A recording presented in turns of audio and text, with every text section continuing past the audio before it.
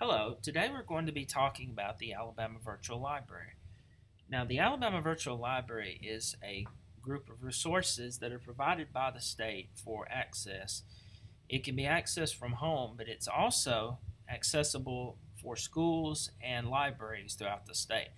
Now, a little bit about me. I am a special education teacher at a high school, but I work with students of all various levels of ability and with different disabilities. So I work with students that are severely disabled all the way to more moderate disabilities. So it gives me an interesting perspective on how these resources can be used with different levels of students.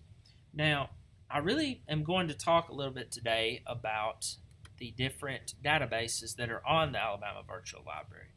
But one of the things that I wanted to talk about first, I'm going to elaborate on this more in the presentation, but we're going to look at uses of the Alabama Virtual Library in the general education curriculum and also through the special education curriculum as well for students various levels. Now, one thing that I like about the Alabama Virtual Library, in particular with some of the databases that are on here, we have scaffolded articles that are appropriate for students of varying reading levels. You can have a student that is on an elementary school reading level in Britannica, for example, and you can use that particular resource to work with them, and you can also basically just move the level up to another high school reading level in the program. I'll talk a little bit about that as we get into that database. One of the things also that is useful for Alabama Virtual Library databases, Britannica is the example of this that I'm going to talk a little bit about. It incorporates multimedia into the existing articles, and you can use it in lessons that you have that you're going to use in your classroom. All right. Information can be utilized for lectures or scavenger hunts for students to answer questions that reinforce the information covered during the lessons. So it can be used basically as a tool for teachers like us to lecture to students, and it can be used for scavenger hunts to reinforce content information that's been studied, and also it can be used as a teaching tool to just basically let the students see and read slides and other information that is contained in some of these databases. Pebble Go will be one of the examples that we're going to look at with that in particular, which is used with younger students and students that are on lower reading levels. All right, another thing that we're going to discuss today is how that research is carefully cited and avoids plagiarized and inaccurate research. Now, databases, EBSCOhost in particular, is really good with this because it gives the option to the user to cite in the various formats that are used for research. MLA, APA are good examples of this. Upper level students will find this useful. My 10th grade and 11th grade students that are in the process of writing research papers have used that, so I'm going to talk about that feature in the database. And lastly, of the main points that I'm going to talk about today, students can use the database for small group and independent research. EBSCOhost will be an example of this. This is applicable for all the different databases that we're going to talk about, the three main ones that I'm going to hit on today. But I used Pebble Go with lower level students, younger students, and also students that just have more difficulties reading the content, articles, and informations. And I am using the EBSCOhost for upper level students. Britannica is good because it will work for students that are lower level and upper level, like older and younger students, and students that have difficulties reading, and also students that are on college level almost reading level. So we're going to talk about that. Now, another thing that I'm going to point out, and since I cover all these different levels of students, I have students in my classroom during the day.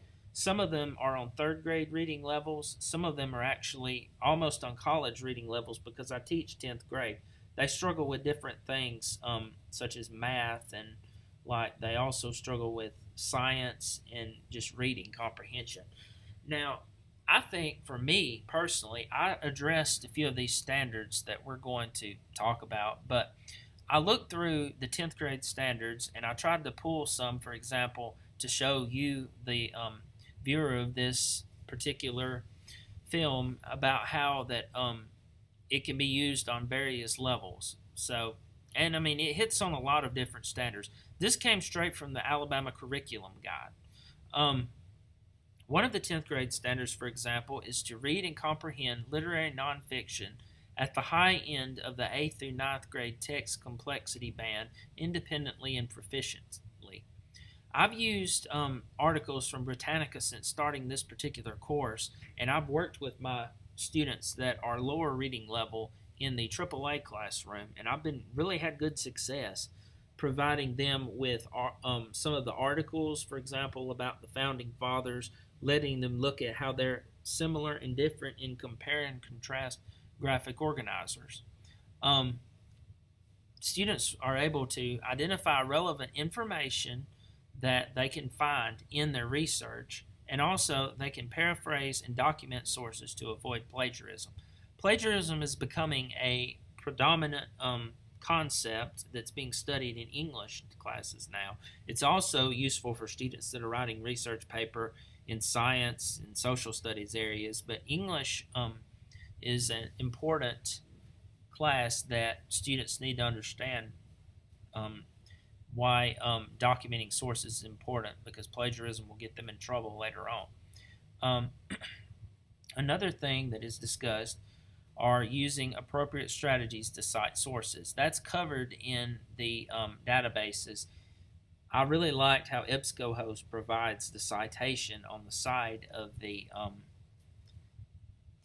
screen, that you can actually select that icon and you can have it cited and use the source that's useful for the particular type of research that you're involved with.